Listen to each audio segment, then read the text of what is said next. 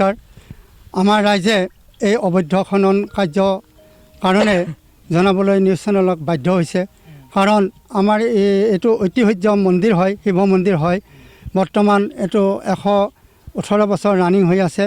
এইটো মন্দিৰ নিজে নিজে সৃষ্টি হোৱা আছিলে। আপোনাৰ আমাৰ যি মন্দিৰৰ এই সম্পদ অবৈধ এক শ্ৰেণীৰ অজ্ঞাত ব্যক্তিয়ে অবৈধভাৱে তেওঁলোকে চুৰি কৰি খনন কাৰ্য চলাই আমাৰ এই সম্পত্তিটো ধ্বংসমুখী কৰি পেলাইছে।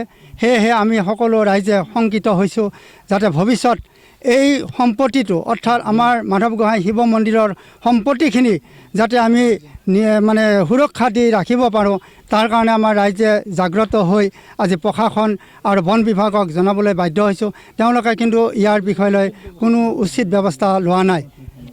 মাধৱ গোহাঁইৰ যি মন্দিৰ লগতে ৰাজহুৱা এখন শ্মশানো আছে, হয়, কিন্তু এটা শ্মশান যাত্ৰা বুলি ক'ব লাগিব।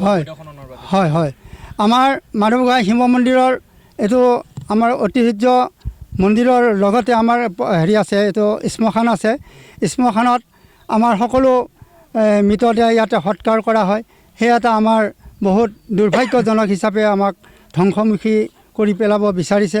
যদি এই সম্পত্তিটো ধ্বংস হৈ যায়, আমাৰ যিবিলাক মৃতদেহ সৎকাৰ কৰিবলৈ জাগা নাইকিয়া হ'ব। কেতিয়া খান্দে এই বস্তুটো আমি জনামতে ৰাতি খান্দি আছে। এইটো মানে ৰাতি মানে এইটো তেওঁলোকে এইটো খনন কাৰ্য চলাই আছে। এইটো ফকলেনৰ দ্বাৰা তেওঁলোকে এইটো খনন কাৰ্য কৰি কেনে মাটিবিলাক জমা কৰি তেওঁলোকে বিক্ৰী কৰি আছে। এইটো আমি প্ৰাইভেটলি বহুত মানুহে আমাক অভিযোগ কৰিছিলোঁ। অভিযোগ কৰা তেওঁলোকে কয় ইয়াৰ পৰা কোনো অসুবিধা হোৱা নাই। আমি ব্যক্তিগতভাৱে বহুতে মানা কৰিছিলোঁ, তেওঁলোকে কোনো কথা মানা নাই। যোৱাকালি মই নিজে ফোন কৰি পেলাই মানা কৰিছোঁ, তাতো মানা নাই। আজি আমাৰ ইয়াতে 350 প্ৰায় 400 ঘৰ গিৰি আছে। ঐতিহ্য মন্দিৰ এটা শিৱ মন্দিৰ আছে, আমাৰ এখন শ্মশান ঘাট আছে। তেওঁলোকে যিটো জোৰ জবস্তি কৰি বলপূৰ্বকভাৱে কৰিছে, তেওঁলোকক মই নিজে ফোন কৰি জনাইছিলোঁ যে এই কামটো কিয় কৰিছে। আমাৰ প্ৰায় 350 ঘৰ মানুহ, 3খন গাঁও ইয়াত যে আমাক ক্ষতি কৰি আমাৰ BTCৰ মাটিত যে আপোনালোকে খনন কাৰ্য চলাইছে, তাৰ কাৰণটো কি? তেতিয়া কৈছে আমি কোনো হেৰি কৰা নাই। তেতিয়া নিশা সদায় চলাই থাকে খনন কাৰ্যটো। চলাই থকাত আমি মানা কৰাৰ পিছতো তেওঁলোকে বলপূৰ্বকভাৱে কৰি আছে। তেওঁলোকে হ'ল অবৈধ ব্যৱসায়কাৰী, তেওঁলোকৰ পইচা আছে, হেৰি আছে। ডিপাৰ্টমেণ্টবিলাক নিশ্চয় মেনেজ কৰি পেলাই নিশ্চয় কৰি আছে।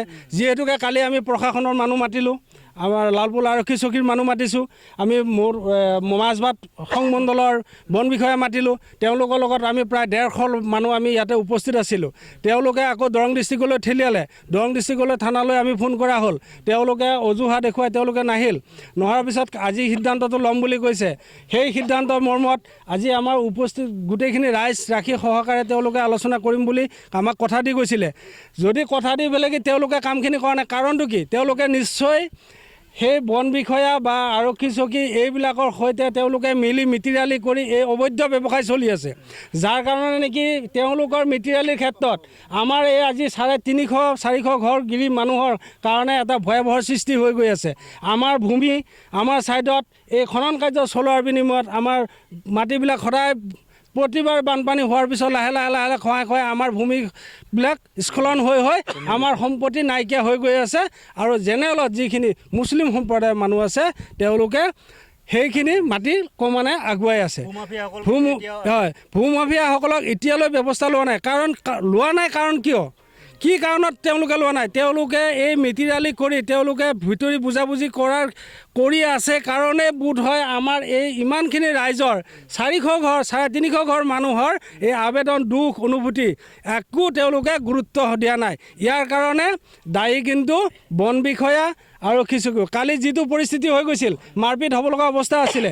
ভাগ্য ভাল সকলোখিনি ফোনাফোনি হোৱাত যেতিয়া আমি 150 পৰা প্ৰায় 200 মানুহ আমি ইয়াত গোট খালোঁ, তেতিয়া তেওঁলোকে ইয়াৰ পৰা আঁতৰি পলোৱাৰ পিছত তেওঁলোকৰ দৰং ডিষ্ট্ৰিক্টৰ যিখিনি আমাৰ VDP ছেক্ৰেটাৰী, তেওঁলোকৰ গাঁওবুঢ়া সকলোকে আনি তেওঁলোকক চঞ্জাই দিয়া হ'ল। আজি দিনৰ 10 বজাৰ ভিতৰত তেওঁলোকে ব্যৱস্থা লোৱাৰ কথা আছিল, এতিয়ালৈকে লোৱা নাই। ইয়াৰ অৰ্থ কি? নিশ্চয় তেওঁলোকৰ ছত্ৰ ছায়াতেই, বন বিভাগৰ ছত্ৰ ছায়াতেই এই অবৈধ ব্যৱসায়, এই গুণ্ডাগিৰি দাদাগিৰি কৰি তেওঁলোকে আমাৰ এই 400-300 ঘৰ মানুহক 2-4জন ব্যৱসায়ীয়ে অবৈধ ব্যৱসায়ীয়ে কৰি আছে, যাৰ অনুজ্ঞাপত্ৰ নাই, যাৰ কোনো পাৰ্মিশ্যন নাই। ইয়াত অনৈতিকভাৱে তেওঁলোকে দুৰ্নীতিভাৱে তেওঁলোকে ধন ঘটি আমাক হাৰাশাস্তিৰ ভোগ কৰিবলৈ বা আমাৰ ভূমিস্খলন কৰি তেওঁলোকে আমাৰ ভূমিহীন কৰিবলৈ চেষ্টা কৰিছে। ইয়াৰ ব্যৱস্থাটো যাতে অতি শীঘ্ৰে আমাৰ শ্ৰদ্ধাৰ মুখ্যমন্ত্ৰী নিশ্চয় তেওঁ এই কথাখিনি অৱগত হ'ব আৰু আমাৰ সুৰক্ষাৰ স্বাৰ্থৰ ক্ষেত্ৰত ইয়াৰ উচিত ব্যৱস্থা ল'ব বুলি আমি এই চেনেলৰ জৰিয়তে বিনম্ৰ অনুৰোধ জনাইছোঁ। তেওঁলোকে আমাৰ যি মানে মাছবাট সংমণ্ডলৰ পৰা যি বন বিষয়া আহিছে, তেওঁলোকে মিণ্টু বড়ো, তেওঁলোকে কৈ গ'ল দৰঙৰ মানে চত্ব ছাট এই কামখিনি মানে তেওঁলোকৰ নেতৃত্বত এই ফকলেনৰ কাম বা এই কেছটো তেওঁলোকে ডিচিশ্যনটো ল'ব। কিন্তু ইতিমধ্যে আমাৰ যোগাযোগ কৰাৰ পিছতো দলগাঁৱৰ কোনো আৰক্ষী চকীৰ পৰা বা বন বিভাগ আহি এতিয়ালৈ কোনো ব্যৱস্থা কৰা নাই। নিশ্চয় তেওঁলোকে ভিতৰুৱাকৈ কিবা নিশ্চয় বুজাবুজি হৈছে।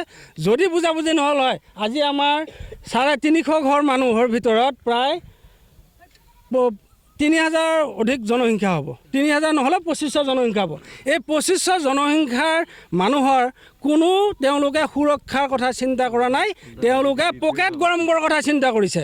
যদি পকেট গৰম কৰাৰ কথা চিন্তা নকৰিলে হয়, পকেট গৰম নহ'লে হয়, নিশ্চয় আহি ৰাইজৰ স্বাৰ্থৰ ক্ষেত্ৰত ইয়াৰ ব্যৱস্থাটো নিশ্চয় ল'লেহেঁতেন। নদীখনন হৈছে ওদালগুৰি জিলাত, কিন্তু দৰং জিলাই গোটেই বস্তুখিনি জব্দ কৰিব বুলি গায়েৰা মন্তব্য কিয় দিলে মাছবাট ফৰেষ্ট? গায়েৰা মন্তব্য দিছে আমাৰ ওদালগুৰি ডিষ্ট্ৰিক্টৰ মানুহ। আমাৰ নদীটো আমাৰ ওদালগুৰি মাটিৰে চলি আছে, ভূমিত চলি আছে। নিশ্চয় তেওঁলোকৰ স্বত্ব ছায়াত তেওঁলোকক মেনেজ কৰি পেলাই এই কামখিনি কৰিছে, নহ'লে তেওঁলোকে এই এৰা মন্তব্য নিদিলে হয় বুলি পেলাই কি আমাৰ ৰাইজৰ বিশ্বাস হৈছে। ফকলেনখন কিন্তু মাছবাটহে জব্দ কৰিব লাগিছিলে। ফকলেনখন যিহেতুকে দৰং ডিষ্ট্ৰিক্টৰ ফকলেন মাছবাটত কৰ্মখিনি কৰিছে, গতিকে আমাৰ মতে আমি বুজাৰ মতে তেওঁলোকে ব্যৱস্থাটো ল'ব লাগিছিল। তেওঁলোকে ব্যৱস্থা যদি ল'ব নোৱাৰে, দৰং ডিষ্ট্ৰিক্টৰ সহায় ল'ব লাগিছিল, তেতিয়াহ'লে তেওঁলোকে নিজে ডিপাৰ্টমেণ্টৰ লগত কাম কৰিব লাগিছিল। তেওঁলোকে আকৌ আমাক ঠিলাই দিব, আমাৰ দ্বাৰাই কিয় কৰিব খুজিছে? আমি কৰিব নোৱাৰাৰ কাৰণে ডিপাৰ্টমেণ্টৰ ওচৰ চাপিছোঁ। আমি আইনৰ আশ্ৰয় লৈছোঁ। আইনৰ প্ৰশাসনৰ বিষয়াই যদি একো নকৰে, ফৰেষ্ট ডিপাৰ্টমেণ্টে যদি একো নকৰে, তেতিয়াহ'লে আমাৰ কৰিব পৰা ক্ষমতা আছে নেকি? আমাৰ কি দুই সম্প্ৰদায়ৰ মাজত কি আমাক বিবাদৰ সৃষ্টি কৰিব খুজিছে নেকি? আমিতো বিবাদ হোৱাটো চিন্তা কৰা নাই। গতিকে আমি চিন্তা কৰিছোঁ অতি শান্তিপ্ৰিয়ভাৱে যাতে এই বিবাদটো মীমাংসা হয়, আমাৰ এই 350-400 ঘৰ মানুহৰ যাতে সুৰক্ষা হয়, তাৰ কাৰণে আমি চৰকাৰৰ ওচৰত বা প্ৰশাসনৰ ওচৰত বিচাৰিছোঁ তেওঁলোকে আমাক সুব্যৱস্থা দিয়ক, আৰু নহ'লে আমি ইয়াৰ ক্ষেত্ৰত মানে আন্দোলনৰ কাৰ্যসূচী ল'ব বাধ্য হ'ম। হয়, আপোনাৰ লগত পোনপ্ৰথমেতো ধন্যবাদ জনাম, আপোনালোকে আমাক এই সহযোগ কৰিব আহিছে। কাৰণ আপোনালোকে এই মাধ্যমেদি আমি মানে জনাব বিচাৰিছোঁ অসম চৰকাৰকো যে আমাৰ যি খনন প্ৰক্ৰিয়া, এই ধনশিৰি নদীত যিটো খনন হৈ আছে, আজিৰ নহয়, প্ৰায় 1 বছৰ ধৰি কণ্টিনিউ কৰি আছে। এইটো আপোনাৰ এইটো চলাৰ আছে, চলাৰ যে আছে আমাৰ এই চুতীয়াপাৰা, যিখিনি চুতীয়াপাৰা 1 নম্বৰ 2 নম্বৰ 3 নম্বৰ মাধৱগুৱা, এই ধনশিৰি নৈত মানে মৰা ধনশিৰি নৈত মানে ইমান খনন কাৰ্য চলাইছে। এইটো মানে এইটো যেন মানে কি কয়, দুৰ্ভাগ্যজনক। আৰু এইটো অবৈধ মানে খনন, এইটো কিছু মানে কি ভূমাফিয়া বাছিৰ কি লিখে বা আলি, আৰু তেখেতৰ দেউতাক পিতৃ মানে হুছেইন আৰু নাছিৰ, আৰু ইহঁতে কালি আমি মানে প্ৰশাসনক বাৰে বাৰে আমি জনাই আছোঁ। ইয়াৰ আগতো মই জনাইছিলোঁ, লালপুল আইচিক জনাইছিলোঁ, আমাৰ মেজৰ ছাৰক জনাইছিলোঁ, আমাৰ মাছবাট আমি প্ৰশাসনকো জনাইছিলোঁ, বন বিভাগক জনাইছিলোঁ, কিন্তু কোনো কাণ সাৰ নাই। লাষ্টত আমি ভাবিলোঁ যে আমি এটা বন বিভাগে কয় এইটো আমাৰ এৰিয়া নহয়, আমাৰ এইটো কি কয়, এইটো দৰং পৰে, কিন্তু একচুৱেলি BTCৰ মাটিত খান্দি আছে। আৰু এইটো কি হয়, টেকনিক এটা নেকি নাজানো। আমি মানে নদীত থকা অৱস্থাত আমি যোৱাকালি প্ৰশাসন বিভাগকো মাতা হৈছিলে, তাহাঁতেও অহাৰ পিছত আমি অন দ্য স্পট আমি ৰাইজে ধৰিছিলোঁ, জেচিবি ৰাইজে ধৰি আমি পানীতে ৰাখিছোঁ। প্ৰায় 1 ঘণ্টা আমি মানে প্ৰশাসনক জনাই আছোঁ, আমি যোগাযোগ কৰি আছোঁ। আৰু এই অৱস্থাত মানে কি হয় জানেই আপোনালোকে, যিখিনি মানে আপোনাৰ মানে ভূমাফিয়া, সিহঁতৰ পৰিকল্পনা বিভিন্ন ধৰণৰ আছিলে। আৰু ফকলেণ্ডটো মানে গদাৰ নিচিনা ঘূৰাইছিলে, মানুহটো মানে মৃত্যু হৈ গ'ল, ডেথ হৈ গ'ল হয়। আৰু 2 নম্বৰ আমাৰ 2008ত যিটো ঘটনা হৈছিলে হিন্দু মুছলিম সংঘৰ্ষ, আমি এইটো নিবিচাৰোঁ। এই সংঘৰ্ষ যাতে যাতে নহয় প্ৰশাসন বিভাগে ইয়াৰ ওপৰত নজৰ ৰাখিব লাগে, অন্যথাটো আমাৰ মানে আকৌ পুনৰাবৃত্তি হ'ব 2008। আৰু আমাৰ কথা হ'ল এইটো মানে আমাৰ মুছলিম সমাজৰ যিখিনি মানুহ আছে নদীৰ কাষৰ ইহঁতৰো নহয়, কিছুমান মুধা পুধা ব্যক্তি আৰু মানে ভূমাফিয়া চব মানুহ চবেই ভাল, কিন্তু কিছু ব্যক্তি অবৈধ ব্যৱসায়ী কৰা কিছু ব্যক্তি ব্যক্তিগত মুনাফাৰ কাৰণে ইহঁতে এই অৱস্থা কৰি আছে। আৰু এই মানুহখিনিক অতি শীঘ্ৰেই গ্ৰেপ্তাৰ কৰিব লাগে, নহ'লে আমি আন্দোলন ঘোষণা কৰিম। আৰু যিহেতু আমি সীমামূৰীয়া অঞ্চলৰ মানুহ আৰু আমাৰ ঐতিহাসিক মানে মন্দিৰ এখন আছে, শ্মশান আছে, কি হৈছে এইখিনি আপোনালোকক আমি দেখুৱাম। মানে ধ্বংস কাৰ্য মানে ধ্বংসযজ্ঞ চলি আছে আৰু আমাক মানে অনাগত দিনত আমি ইয়াত অস্তিত্বই নাথাকিব, আমাৰ এই অৱস্থা হৈ গৈছে। যদি এতিয়াও প্ৰশাসনে এই বস্তুটোক কাণসাৰ নলয় আৰু জিলা প্ৰশাসন বিশেষকৈ ওদালগুৰি জিলাৰ যি আমাৰ এডমিনিষ্ট্ৰেটিভ ব্যৱস্থা আছে গোটেইখিনিকে আমি আহ্বান কৰিম, আপোনালোকে এই মানে দোষীক অতি শীঘ্ৰেই 24 ঘণ্টাৰ ভিতৰত যদি আপোনালোকে এৰেষ্ট নকৰে আমি অন্য বিভিন্ন আন্দোলন কাৰ্যসূচী ল'বলৈ আমি বাধ্য হ'ম। হয়, মানে ইয়াৰ পৰা নহ'লেও 20ৰ পৰা 25 ডাম্পাৰ, 10খন ট্ৰেক্টৰ, ফকলেণ্ড এই ধনশিৰি নদীত ইউজ কৰিব পাৰে নেকি? আৰু তেখেতক কোনে পাৰ্মিশ্যন দিলে? কাৰ নেতৃত্বত এই কাম চলি আছে? লালপুল আৰক্ষীৰ চকীৰ নজৰত এইবোৰ নাহে নেকি? আৰু তাহাঁতে কি দেখা নাপায় নেকি? মই এই বিষয়ে বাৰে IC ছাৰক অৱগত কৰা হৈ আছে, গুৰুত্ব নাই। কালি যি অৱস্থা হৈছিলে ইয়াত যদি সেই ঘটনাটো আকৌ 2008ৰ পুনৰাবৃত্তি হ'লে এই দায়িত্ব কোনে ল'লে হয়? লাষ্টত আমি বন বিভাগক আমি ফকলেণ্ড চব সমজাই দিয়াৰ পিছত এই গাড়ীখন যিহেতু ইয়াতে আমি আৰু VDP আহিছিলে, মানে কি নদীৰ কাষৰ গাঁওবুঢ়াও আহিছিলে, তেখেতক আমি সমজাই দিলোঁ। ৰাইজক মাজবাটৰ ফৰেষ্ট আহিছিলে, নাম তিলক বৰুৱা আৰু কিবা মিণ্টু আহিছিলে, মিণ্টু ছাৰ আহিছিলে।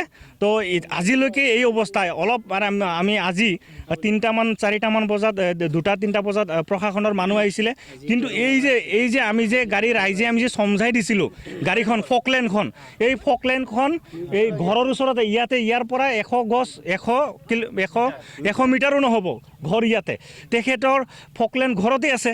তো এই যে প্ৰশাসনক আমি সমজাই দিয়ে আমাৰ মানে আমি কি বুজি পালোঁ? ৰাইজে আমি এটা আৱেগিক আৰু উদ্বিগ্ন হৈ আছোঁ। এনেকৈ হৈ থাকিলে অনাগত দিনত আমি বিভিন্ন মানে কাৰ্যসূচী ল'বলৈ আমি বাধ্য হ'ম।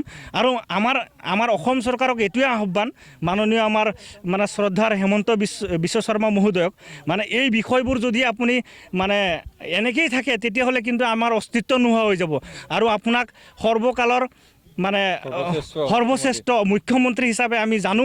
আৰু আপোনাৰ এই পদক্ষেপ যি লৈছে অনাগত দিনত আমি সঁচাই সুখী হৈছোঁ, আনন্দিত হৈছোঁ।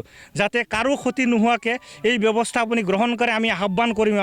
আমাৰ এই মানে এই হয় মানে এইটো মিলি আছে বুলি ক'ব লাগিব, কাৰণ বৰ্তমানটো এতিয়ালৈকে আমি সঁহাৰি নাই। আমি মানে কালি ৰাতি ইমান সময়ৰ পিছত যে আমি প্ৰশাসনক জনাই মানে মাজবাটৰ গোটেই বিষয়া আহিছিলে, মিণ্টু ছাৰ আহিছিলে, আৰু মানে যিহেতু আমি চিনি নাপাওঁ চবকে, তো তাহাঁতে চহীও কৰাইছে। এটা ফৰ্ম আছিলে আমাৰ তাত, এইটো আছে আপোনালোকক দিম, সেইটোত যে চহী কৰাইছিলে এটা, এইটো আপোনাৰ VDPৰ মানুহখিনিক চহী কৰাইছিলে, ইহঁতে সমজি লৈছিলে ফকলেণ্ডখন। কিন্তু ফকলেণ্ডখন এতিয়াও কিয় মানে সেই দুৰ্বৃত্তৰ ঘৰত এতিয়াও কিয় আছে? মানে যিটো ভূমাফিয়া বাছিৰ আলীৰ ঘৰত কিয় এতিয়াও ফকলেণ্ডখন থাকিব? আৰু এই বাছিৰ আলীৰ কাৰণে এই গোটেই মানুহখিনি আমাৰ যিখিনি মুছলিম মানুহ আছে এই 2-3জন মানুহৰ কাৰণে বেয়া হৈ আছে।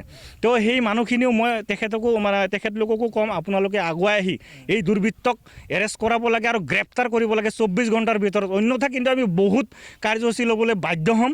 এইটো বাধ্য কৰাব নালাগে আমাক। আমাৰ কথা হ'ল আমি মানৱ দৰদী মানুহ, আমি চবৰ লগত আমি মিলি চলিব লাগিব। তো সেইকাৰণে এই বস্তুবোৰ যাতে মানে এই কি কয় আপোনাৰ যিটো আপোনালোকে মানে যি কাৰ্যসূচী চলাই আছে এইবোৰ বন্ধ হ'ব লাগে আৰু আমি মিলা প্ৰীতিৰে চলিব লাগে। এই মানে প্ৰশাসন বিভাগে আমাৰ ওদালগুৰি জিলা প্ৰশাসন কি ক'ম মানে আপুনি মানে কি ক'ম, কোনো মানে ভৰসাই কৰিব নোৱাৰি। আপুনি এতিয়া জনাইছে ক'ব মই অমুকত ব্যস্ত আছোঁ, কিন্তু ৰাইজ ইফালে মৰি আছে। যদি প্ৰশাসন আজি কিয় আছে? আমাৰ সুৰক্ষাৰ কাৰণেই আছে। যদি কালি আমি ইয়াতে কিবা এটা সংঘৰ্ষ হৈ গ'ল হয় তেতিয়াহ'লে দায়ী আমাক দিলে হয়, পাব্লিকে কৰিছে। কিন্তু আমি সেইটো হ'ব দিয়া নাই, কাৰণ আমি বুজি পাওঁ। কিন্তু প্ৰশাসনে সেই বস্তুখিনিক এতিয়ালৈকে গুৰুত্ব সহকাৰে লোৱা নাই। মানে কি মানে কি বুজাব বিচাৰিছে ইয়াত কিবা পেক হৈ গৈছে নেকি কোনোবাই ইয়াৰ মানে কোনোবাই ফিটিং হৈ আছে নেকি আৰু নহ'লে এনেকুৱা কাৰ্য কেনেকৈ কৰিব পাৰি এইটো অসম্ভৱ অসমৰ ইমান ডিপাৰ্টমেণ্ট আছে IB আছে CID আছে স্পেচিয়েল ব্ৰাঞ্চ আছে BDP আছে কি কৰি থাকে এইবোৰ কি কৰি থাকে মানে কিয় কৰি থাকে বুজি নাপাওঁ আৰু যদি BDP ব্যৱস্থা প্ৰশাসন ব্যৱস্থা ঠিকে নহয় অসম চলিব কেনেকৈ আৰু মই সঁচা মানে আৰু মানে অসমৰ মুখ্যমন্ত্ৰীক এইটোৱে আহ্বান কৰিম আপোনাৰ মানে স্মাৰ্ট পুলিচ মানে স্মাৰ্ট পুলিচসমূহক গুৰুত্ব দিয়ক ইহঁতক স্মাৰ্ট বনোৱাক আৰু ৰাইজৰ হকে কাম কৰিবলৈ মানে ব্যৱস্থা কৰক নহ'লে অন্যথা আজি আমি ক'বলৈ যে বাধ্য হৈছোঁ আমি ক'বলৈ কাৰণ আমি কৈ ভাগৰি পৰিছোঁ আমি নদীপৰীয়া অঞ্চল মানে আমি হাহাকাৰ অৱস্থাত আছোঁ আমিহে বুজি পাই আছোঁ অনুভৱ কৰি আছোঁ কালি এই পানীয়ে যদি মানে আমি যিহেতু এইটো আমাৰ কিবাৰ লগত লিংক আছে আমাৰ কি কয় ভৈৰৱকুণ্ড আমি নিয়াৰেষ্ট ভূটানৰ ওচৰত আছোঁ পানী বেছি হ'লে এইটো চব ডুবি যাব আৰু এই ধ্বংস হৈ যোৱাৰ পিছত আমি কি ক'ম এইকাৰণে আজি মানে আপোনালোকৰ মাধ্যমেদি আপোনালোকে আমাক এই কথা কোৱাৰ সুযোগ দিয়াৰ বাবে আপোনালোকক ধন্যবাদ জ্ঞাপন কৰিছোঁ আৰু আপোনালোকে এই আমাৰ যিটো মানে এই অভাৱখিনি যাতে আপোনালোকে ৰাইজৰ মাজত দাঙি ধৰিব আৰু এই মানে কালপিতজনক যদি এৰেষ্ট কৰা নহয় কিন্তু 24 ঘণ্টাৰ ভিতৰত আমি বিভিন্ন কাৰ্যসূচী ল'বলৈ বাধ্য হ'ম